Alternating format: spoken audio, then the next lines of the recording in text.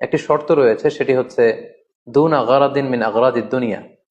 দুনিয়ার কোনো কারণে, দুনিয়ার কোনো লোভে পড়ে, দুনিয়ার কোনো স্বার্থের জন্য যদি কেউ আল্লাহ রাস্তায় জেহাদ করে মৃত্যুবরণও করে, সে শহীদের কোনো মর্যাদা বাদাম আল্লাহ আল্লাহ তালার কাছে নেই।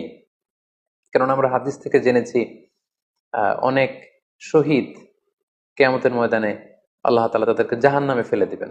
আল্লাহ বলবেন যে তুমি তো দুনিয়াতে জেহাদ করেছিলে, যে মানুষ তোমাকে বীর বলবে, মানুষ তোমাকে সাহসী বলে ঘোষণা দিবে, বাহাবা পাওয়ার জন্য তুমি জেহাদে অংশগ্রহণ করেছিলে এবং সেখানে নিহত হয়েছ।